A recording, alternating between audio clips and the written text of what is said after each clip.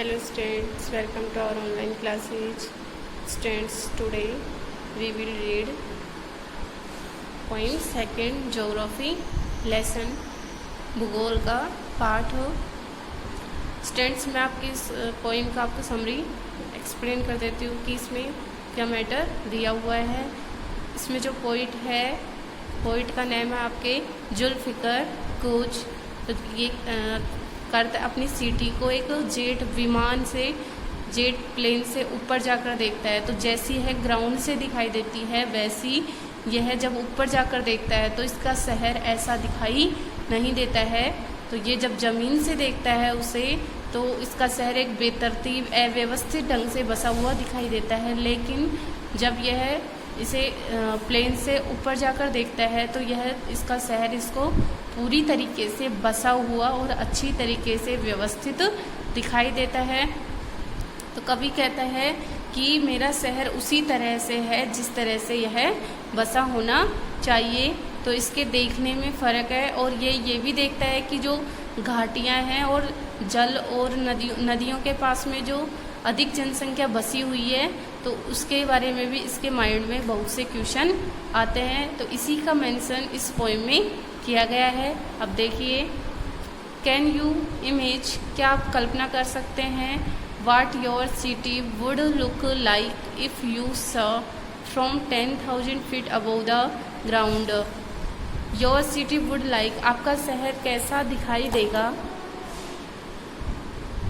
If you शा, यदि आप इसे देखेंगे, from 10,000 feet above the ground, ज़मीन से 10,000 ऊपर से, 10,000 फीट ऊपर से यदि आप देखेंगे तो आपका शहर कैसा दिखाई देगा। नीटली प्लानेड, सुव्यवस्थित तरीके से, एंड परफेक्ट, और अच्छा, इन प्रोपोर्शन, प्रोपोर्शन मीन्स अनुपात में, यह अनुपात में भी अच्छा होगा और व्यवस्थित होगा। लाइक ए ज्योमेट्रिक डिजाइन, एक ज्यामितीय आकृति में। It would strike you as something very different from what it actually is while you are in the thick of it. It would strike you as something very different. यह आपको आश्चर्यचकित कर देगा कि यह बहुत ही अलग है। From what it actually is, क्या जो वास्तविक है, while you are in the thick of it, और आप जैसा सोचते हैं। Here is a poet's description of just such a view of the city. यहाँ पर पोइट का वर्णन किया गया है। पोइट ने वर्णन किया है सच ए व्यू, एक ऐसे ही दृश्य का, ऑफ द सिटी, शहर के। Some questions that come to his mind, और उस कुछ क्वेश्चंस उसके माइंड में आते हैं। Now poem starts, let's see. When the jet sprang into the sky, जब जेट विमान, जो उसका प्लेन है, वो आकाश में उड़ा। कवि प्लेन में बैठकर आकाश से अपनी सिटी को देखता है। जब जेट प्लेन आकाश में उड़ा, it was clear why the city had developed the way it had, तो यह पूरी तरीके से स्पष्ट था कि शहर विकसित था जैसे इसे होना चाहिए था। जब पोइट जेट विमान में बैठकर आसमान में देखता है, आसमान से अपनी सिटी को देखता है, तो उसका शहर उसे व्यवस्थित दिखाई देता है जैसे इसे होना चाहिए।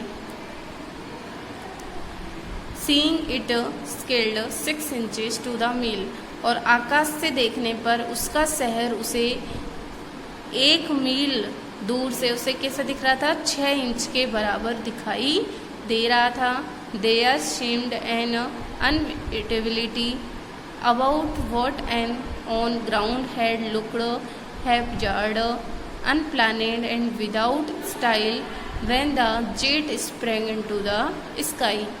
There seemed an inevitability, तो यहाँ पर एक अनिवार्यता दिखाई दी। about what on ground, जैसे कि जमीन से दिखाई दे रही थी। had looked haphazard, जमीन से, haphazard मीन्स होता है अव्यवस्थित तरीके से, जमीन से देखने पर यह अव्यवस्थित दिखाई दे रहा था। अनप्लानेड, अनियोजित दिखाई दे रहा था। एंड विदाउट स्टाइल, और बिना शैली में, बिना किसी स्टाइल में बना हुआ दिखाई दे रहा था। जब उसने जमीन से अपनी सिटी को देखा तो उसका शहर उसे अव्यवस्थित और बेतरतीब ढंग से बिना शैली में बना हुआ दिखाई दे रहा था।